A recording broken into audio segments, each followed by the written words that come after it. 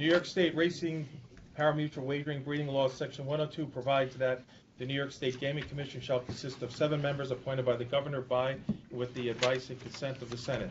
4 members confirmed by the New York State Senate are necessary to afford the commission an ability to establish quorum and undertake action.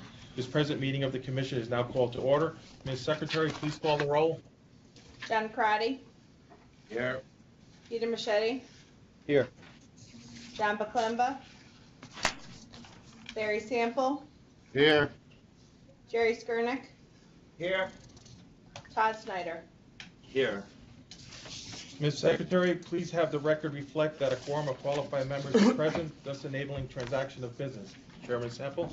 Minutes of the commission meeting conducted on September 25th, 2017 have been provided to members in advance. At this time, I'd like to ask if members have any edits, corrections, or amendments. Seeing that there's none, do I have a motion to approve? Approved. Second? Here. All in favor? Aye. Very good. Next on the agenda is the Executive Director's Report. Thank you, Mr. Chairman. On November 17th, I provided remarks at the New York Council on Problem Gambling annual conference in Albany. Each year, the New York Council on Problem Gambling seeks to bring together researchers, legislators, counselors, and other problem gaming experts from all over the world to increase the knowledge of professionals and bring focus to this disorder. With focus on prevention, treatment, and recovery, this conference provides diversified training and is valuable for a variety of professions. Additionally, the Council on Problem Gambling seeks to provide a strong focus on increasing awareness that treatment works and recovery is possible. My comments sought to discuss the ongoing partnership the Commission, the Office of Alcoholism and Substance Abuse Services, and the Council on Problem Gambling have entered into, better known as the Responsible Play Partnership, to address problem gambling in New York State.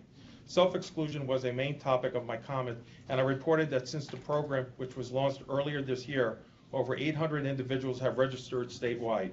Of the self-excluded, statistically, 59% are male, 41% are female, 47% are age 50 or above, 10% are between ages of 18 and 29, and 97% live in state.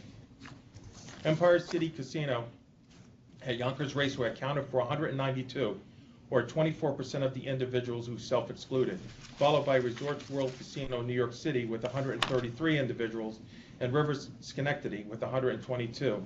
A recap of our 4 public service announcements was also presented and included the video presentation of our latest public service announcement, which debuted this past month, highlighting that help and hope is available for those who are facing addiction.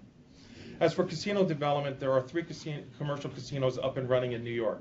The 4th, Resorts World Catskill, is proceeding on schedule. Construction on the outside of the building has almost come to fruition, with mainly ancillary decorations left to complete. Slot machine deliveries have begun. There have been over 10 trucks in the last week that have delivered games from various vendors. These slot machines are being stored on the main casino floor with surveillance equipment monitoring the delivery, moving, and storage of the games. Cameras are being put up with many of the essential camera functioning with the surveillance room staffed at minimum levels. Dealer schools have begun, and there are about 200 participants between the 3 different school locations. They are still on target to open early 2018.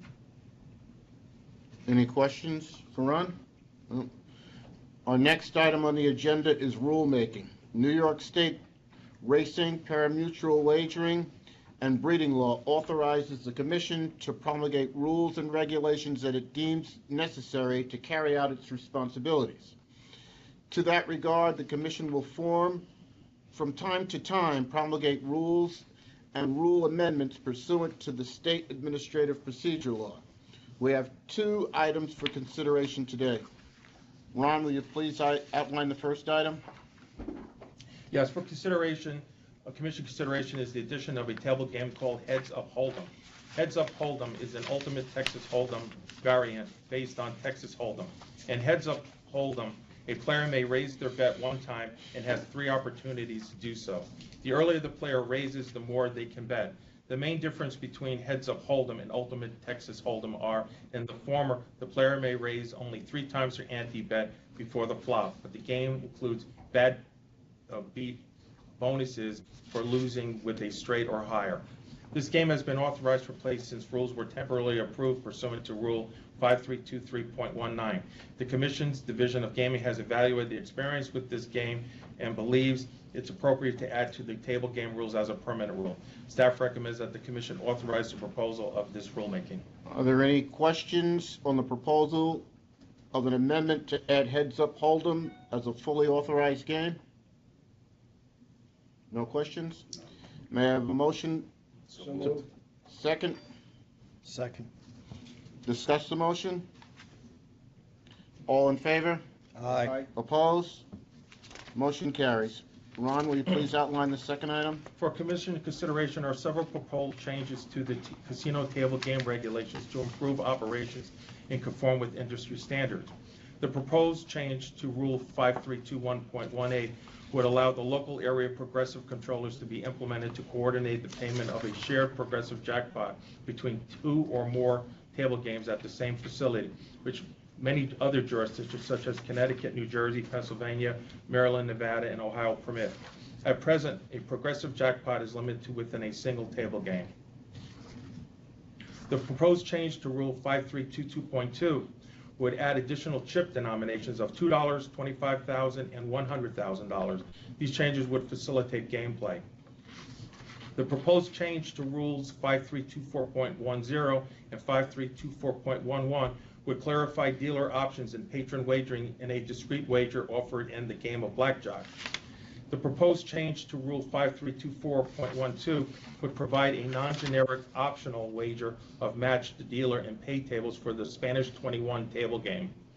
The proposed rule to Rule 5324.20 would add pay tables for Baccarat game Dragon bonus wager.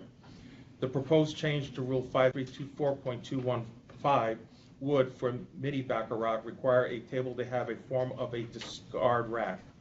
The proposed change to Rule 5324.21B1, Roman numeral 4, would clarify the rules for optional bonus wagers and optional Dragon bonus wagers for mini and mini Baccarat games.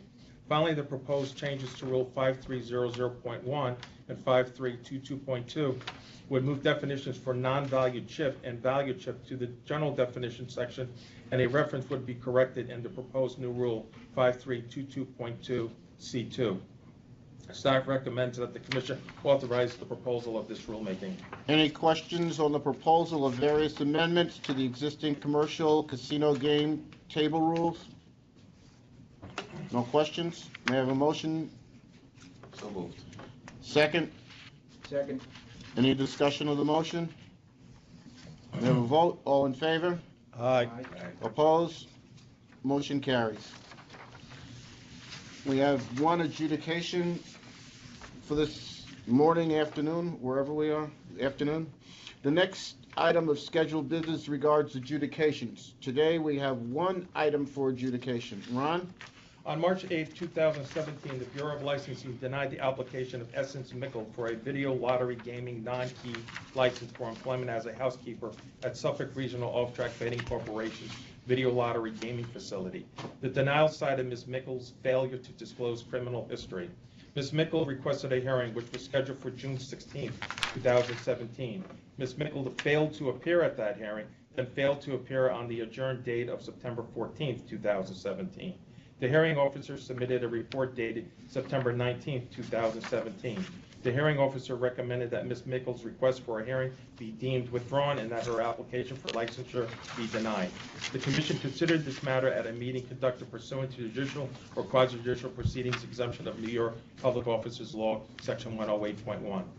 The Commission duly deliberated and considered this matter and determined upon a vote of 5-0 to accept the hearing officer's report and recommendations.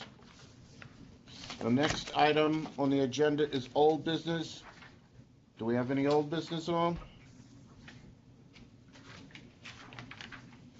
Hearing none, we'll move on to any new business. Hearing none, we'll move on to the scheduling of our next meeting, which is, we had a debate on the date, whether it's the 23rd, the 22nd, or the 18th. So Kristen will reach out to all of us on confirming a date to meet hopefully before the end of the year. Okay? That concludes today's published agendas. Does anybody have any other items? Hearing none, the meeting's adjourned.